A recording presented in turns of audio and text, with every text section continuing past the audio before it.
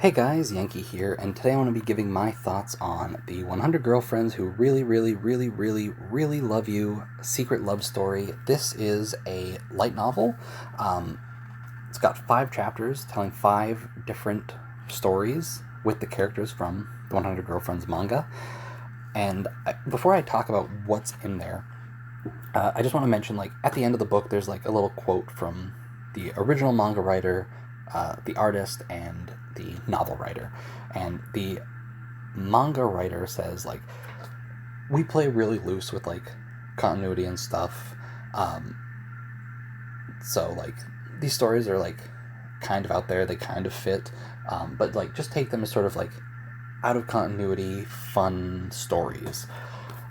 So the stories in this get a little wild, even compared to the main series. There's only one chapter later on that I think even gets as sort of out there as these.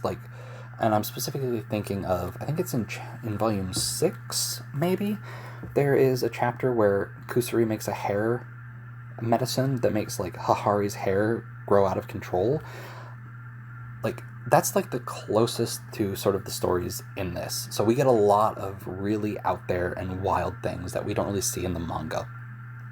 Before I talk about each chapter, though, I'll talk about each one, about what they're about. I just want to talk about the little interlude chapters in here. So there's 5 main chapters, 50-page stories, and then there's 3 or 4-page interludes where it does something that I really like. And I've talked about this before in just videos talking about harem stuff and about this series, where it puts an emphasis on the girls' relationships with each other and helps make it feel like, again, they call themselves the Rentaro family in this series. It helps when the girls are doing things separate from Rentaro, and that's what all those little interludes are. So we get one where it's and they pair off as you'd expect, except for one pairing, which is kind of weird. We get Hakari and Kurane, who are out shopping and bump into each other, and then they just sort of shop together. Nano and Shizuka, they go to a comedy show and are just having fun. Nano is basically dissecting it and sort of yes, this joke is funny because of this, while Shizuka just continuously presses the thing in her phone that says she laughed a hearty laugh. We get, this is the weird one, Kusuri and, was it Kurumi, just hanging out. That one was a little bit weird because I don't really see them as particularly close, whereas the other pairings in this make sense to me. That one just felt like these were the leftovers, so we got to use them. But Kurumi's hungry, Kusuri has medicine, and they just get food. And then the final one is Hahari and Mei. Hahari tells Mei to take a break, and she struggles with that, and so they take a break together. But those little interludes are a lot of fun, and again, help highlight that the girls hang out with each other outside of Rentaro and are close outside of that. So I like those a lot. And before I get actually into the stories again, I'll say that this volume here is probably best read between volumes 4 and 5, because Kurumi and Mei have joined, but Iku hasn't joined, and I think Iku joins at the very start of volume 5, so this would probably be best read between volumes 4 and 5. Anyway, now let's get to the actual chapters here. The first chapter, not that strange, it's actually pretty straightforward. It is Rentaro running around all day, taking each girlfriend out on a date. And so he starts off going out with Hakari for a couple of hours, and then Kurane, and then sort of going down the list, making sure the girls each have a good time. But eventually it goes well over 24 hours, where it's at midnight he's going to see Hahari, who had worked all day, and spend time with her, and then at 3 a.m. He's going to spend time with Mei, and they just end up cleaning the Hakari's mansion. And then the next morning he goes to meet up with Kurumi early to go get something to eat. And the chapter ends with all the girls coming to him being we knew it. We got talking to each other, and it's you've been running around all day, taking each of us out on dates. You've been up for well over 24 hours. Take a break. And so they get him to sort of relax. And it's just a very simple, straightforward chapter. And it's fun. The second one is where it gets weird. and where I'm like, this is like way more bizarre than the actual manga is, at least from what I've read.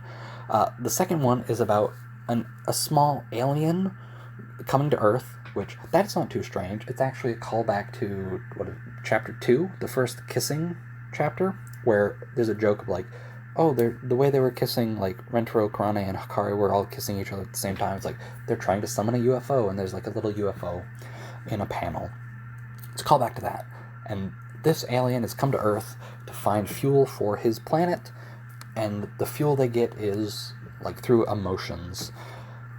And this is where like they can get a lot of fuel here because like all of the love from Rentaro and his girlfriends.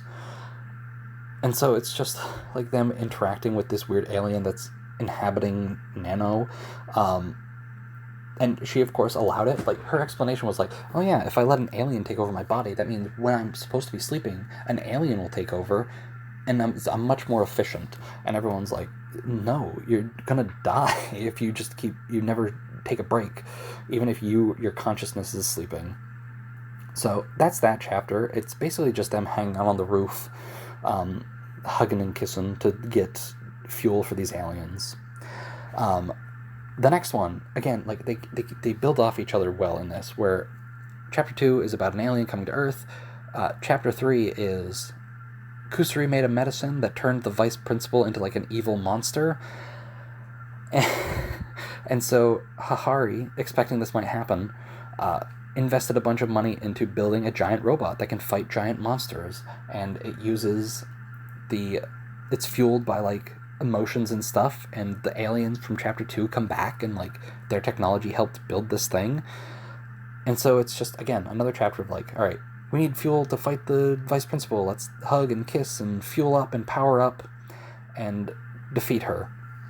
Right? Another ridiculous chapter. The third, or no, this is the fourth chapter. The fourth chapter is an isekai chapter where the Rentaro family is teleported into Shizuka's favorite book, the one that she uses to talk, Circlet Love Story. And this one's really cool because they talk about that story a lot. And I'd really like to, like, I don't know if I need like a full novel that is that story, but like kind of getting glimpses at what it could be. Obviously this isn't written by the manga writer, so it's probably not exactly the same as he would write it, but sort of getting a look at how the story goes down and how our cast getting isekai'd into it sort of messes up things, and how they're trying their best to keep the story on track by like them being there messes something up. So one of the girls has to go and pretend to be a character that, because of their actions, is no longer prepared to fill the role that they need in the story. And this chapter is a lot of fun, again, showing glimpses of this story that Shizuka likes, and them just getting to have like a fun adventure in that story, where at the end it's sort of played off like, oh man, that was just a dream, that's weird, but then it was like a collective dream that everybody had. So it's up in the air if it was real or not, but the adventure, oh no, it wasn't real or not. At the end, like, Rentaro has something from it, so it definitely happened. They accidentally took isekai medicine. It's ridiculous, but a fun chapter. And then the final chapter, which I think has the most interesting like premise, is Rentaro gets amnesia, and all the girls have to try and convince him that he has multiple girlfriends and that they all actually love him and he loves them.